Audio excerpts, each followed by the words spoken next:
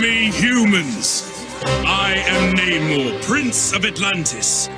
Your foul species is hereby banned from the seas and oceans of the world. Welcome to WatchMojo, and today we're exploring the origins of the aquatic character Namor. There is nothing to discuss. The judgment of Atlantis is final. Before he rises to the surface in Black Panther Wakanda Forever, we'll be breaking down how this Atlantean became comics' first antihero. What other under-the-sea characters are you hoping to see pop up in the MCU?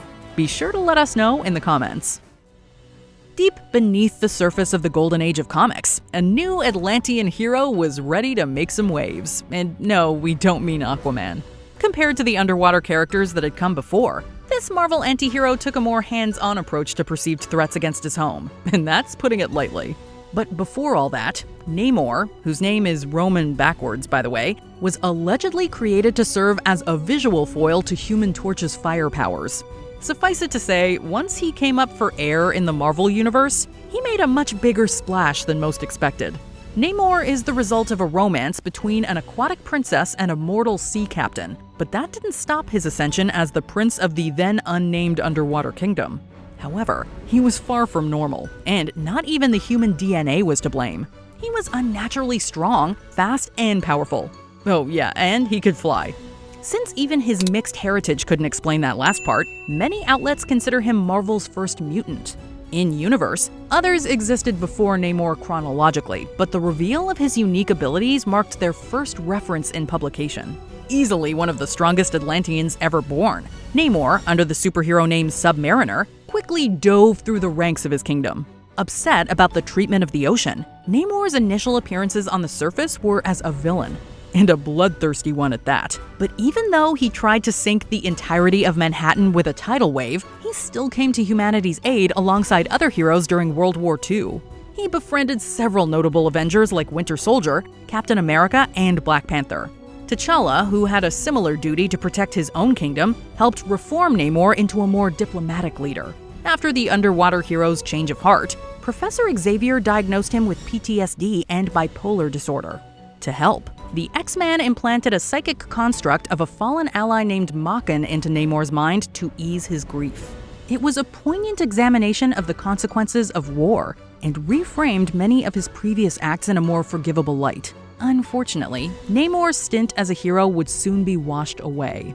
After losing his memories in an accident, he returned to his kingdom, which for the first time in Marvel canon was referred to as Atlantis, only to find it destroyed by nuclear testing from surface dwellers. Enraged, he vowed to get revenge for his people, even going as far as to mount a full invasion of New York City. But for the first time, this evil plan was framed by a sympathetic backstory that made it hard to label Namor as a straight villain.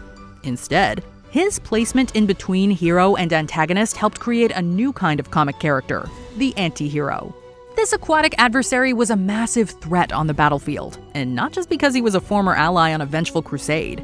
His devastating team-ups with heavy hitters like Magneto and Doctor Doom proved he wasn't playing around. To complement this change of character, Namor adopted a more formal type of speech that juxtaposed his casual dialect in the past. Across his battles with the Avengers, he came upon his iconic catchphrase Imperious Rex, which he often cries before marching into a fight. While Namor was usually able to keep the Avengers on their toes, Captain America's reawakening proved too much even for him. After getting his fin handed to him a few times, Namor begins to second-guess his choices. He becomes something of a reluctant hero, willing to pitch in every now and then if there's a mutually beneficial cause. Despite his spotty track record in the superhero department, his royal lineage and new allegiance earned him a spot on several of the most iconic Marvel teams. He developed much more self-confidence by prominently serving on the Avengers, the Fantastic Four, the Invaders, the Defenders, the Illuminati, the X-Men, and more. The increased emphasis on land-based adventures caused his original name Submariner to slowly fade out of his covers, and instead, they focused on the title he's now more recognized as, Namor. He was a standout member on these superpowered teams, but it came with the downside of giving him a front-row seat to humanity's ugly side. The tide soon pulled him back to his mortal-hating ways, and he resumed his quest to eliminate the surface world. After a brief stint with the Phoenix Force completely maddened him, even a peace treaty from Captain America couldn't bring him back to his senses. Instead, Namor parted the oceans with his overwhelming strength, sending a loud and clear message that next time he and Steve met, it wouldn't be as old friends. In Phase 1 of his plan against humanity, Namor launched genetically enhanced missiles to the coasts that turned innocent civilians into water breathers. But when those new sea dwellers began to seek refuge in Atlantis, his conviction wavered, and he sought out Winter Soldier for advice. Namor admittedly didn't feel in control of his own actions anymore. And later, that's revealed to be the case when Makin starts making waves behind the scenes. The psychic construct Xavier put into Namor's mind had used a magical artifact to become his own sentient being. Makin, who had been preying on Namor's darker impulses all along, took the king's absence as the opportunity to seize Atlantis for himself.